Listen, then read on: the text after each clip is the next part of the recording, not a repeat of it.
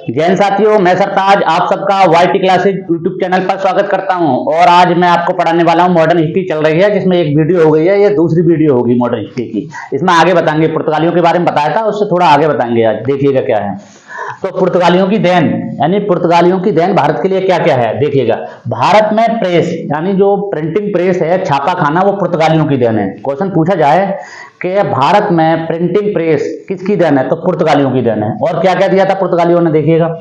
तंबाकू की खेती, जो तंबाकू की खेती है वो 1508 में दक्षिण भारत में शुरू करवाई थी, फिर उत्तर भारत में शाहजहां के काल में आई थी। तो तंबाकू की देन किसकी है, पुर्तगालियों की देन है। और क्या क्या दिया, भारत में पपीता, अनानास, लीची, संतरा, आलू, शकरकंद, मूंगफली, काजू और बादाम की खेती पुर्तगालियों की देन है। तो क्वेश्चन यहां से बन जाता है कि पुर्तगालियों ने तो हमें क्या क्या मिला, तो क्या पपीता की खेती पुर्तगालियों की देन है, अनानास की खेती पुर्तगालियों की देन है, लीची की खेती, संतरा, आलू, शकरकंद, मूंगफली, काजू और बादाम की खेती, ये सब पुर्तगालियों की देन है।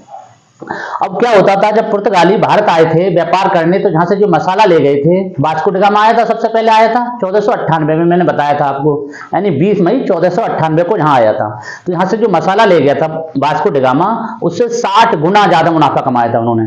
कितना गुना कमाया था, 60 गुना ज्यादा कमाया था।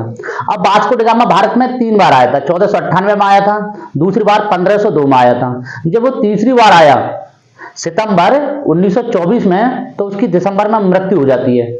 यानी जब तीसरी बार 1524 में जो आया था, तो 1524 में उसकी मृत्यु हो जाती है। दिसंबर आया था सितंबर में, 5 सितंबर 1524 को, और दिसंबर 1524 में उसकी मृत्यु हो जाती है। उसे कोचीन में उसकी समाधि बनाई जाती है। कहाँ है, कोचीन में। क्वेश्चन पूछा गया है कि पुर्तगाली किस वायसराय की समाधि कोचीन में है, तो किसकी है, वास्को डी गामा की। किसकी है, वास्को डी गामा की, ध्यान रखना, ठीक है। आगे मैंने बता दिया पुर्तगालियों की ये देन है। अब उसके बाद में पुर्तगालियों से संबंधित क्वेश्चन इतने ही बनते हैं जो मैंने बता दिए थे, ठीक है आपको। आगे क्या है कि डचों का भारत में आगमन, डचों का भारत में आगमन, क्योंकि पुर्तगालियों के बाद डच आए थे।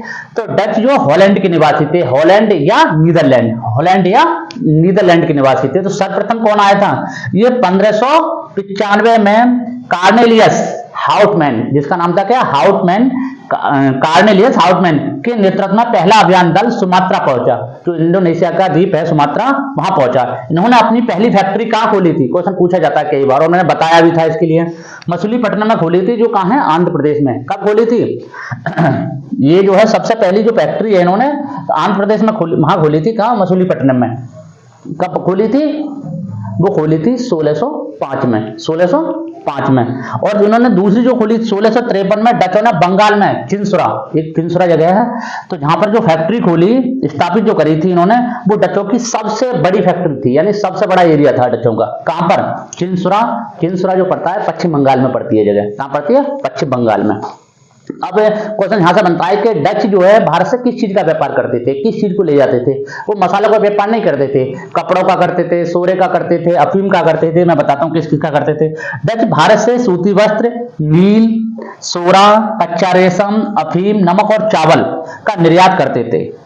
किसका निर्यात करते थे, क्वेश्चन पूछा जाए क्या डच भारत से मसालों का व्यापार करते थे, मसालों का निर्यात नहीं करते थे। वो केवल किसका करते थे, सूती वस्त्र को करते थे, नील का करते थे, सोरा का करते थे, कच्चा रेशम का करते थे, अफीम का करते थे, नमक और चावल का व्यापार करते थे। क्योंकि जो उन्हें मसाला मिलता था वो सुमात्रा द्वीप इंडोनेशिया से प्राप्त हो जाता था, तो भारत से व्यापार नहीं करते थे उसका, ठीक है। अब इनका जो है, इनका ज्यादातर वो नहीं है, क्योंकि इनकी जो शक्ति थी ज्यादा ताकतवर नहीं थी डच।